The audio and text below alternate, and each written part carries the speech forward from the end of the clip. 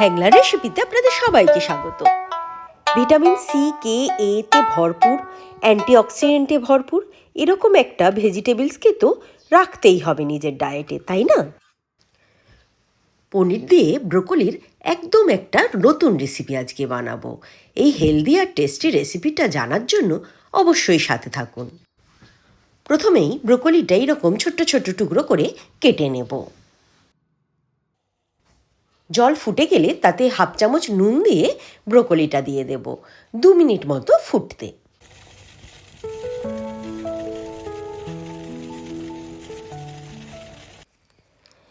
এবার একটু জোগাড়জান্তি করে নেব আর কি, যেমন ঝিরিঝিরি করে পেঁয়াজ কেটে নিয়েছি, একটা মিডিয়াম সাইজের পেঁয়াজ, আর 8 কোয়া রসুন কুচি করে নিয়েছি।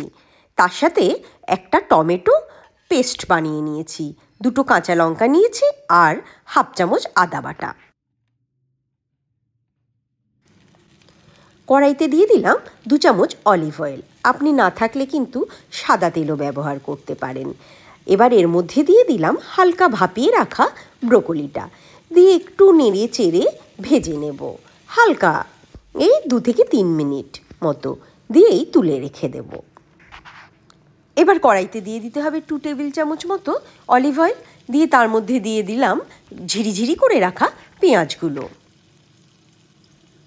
পেঁয়াজটা ততক্ষণ ভাজতে হবে যতক্ষণ না হালকা গোল্ডেন ব্রাউন হয়ে যায়, দিয়ে তার মধ্যে দিয়ে দিতে হবে আদা বাটা আর রসুন কুচিটা, দিয়ে একসাথে আবার একটু ভেজে নিতে হবে।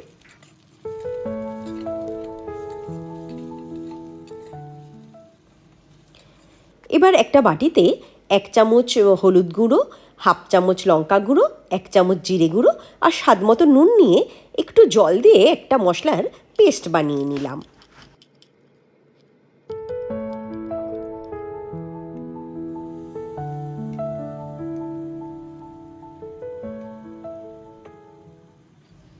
মশলাটা ভাজা হয়ে তেল বেরিয়ে এলে এর মধ্যেই দিয়ে দিতে হবে টমেটো পেস্টটা, দিয়ে ভালো করে ভেজে নিতে হবে যতক্ষণ না টমেটোর কাঁচা গন্ধটা যাচ্ছে।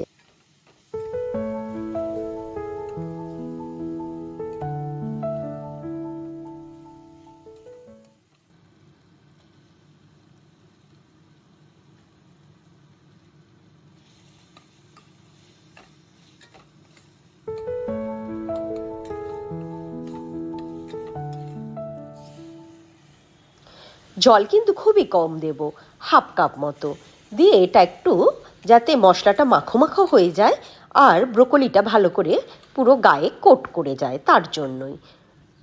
কারণ ব্রোকলি ঢাকা দিয়ে রান্না করলে কিন্তু একটু জল বেরোয়, তাই যদি আমি বেশি জল দিই এটা খেতে একদমই ভালো লাগবে না, একদম পানসে হয়ে যাবে। ব্রোকলিটা ভালো করে মশলার সাথে মিশিয়ে লো ফ্লেমে ঢাকা দিয়ে রান্না করব 7 থেকে 8 মিনিট মতো। এবার ঢাকনাটা খুলে এর মধ্যে দিয়ে দেব হাফ চামচ মতো গরম মশলা গুঁড়ো। আপনি কিন্তু ইচ্ছে করলে এই সময় হাফ চামচ চিনিও দিতে পারেন, তাতে টমেটোর টেস্টটা বেশ ব্যালেন্স হয়ে যায়, কিন্তু আমি এখানে চিনিটা স্কিপই করলাম। এবার আবার ঢাকা দিয়ে 2 মিনিট মতো রেখে দেব, তাহলেই রেডি পনির ব্রোকলির রসা কষা। এবার গরম গরম রুটি বা পোলাওয়ের সাথেও ট্রাই করে দেখতে পারেন, জাস্ট জমে যাবে।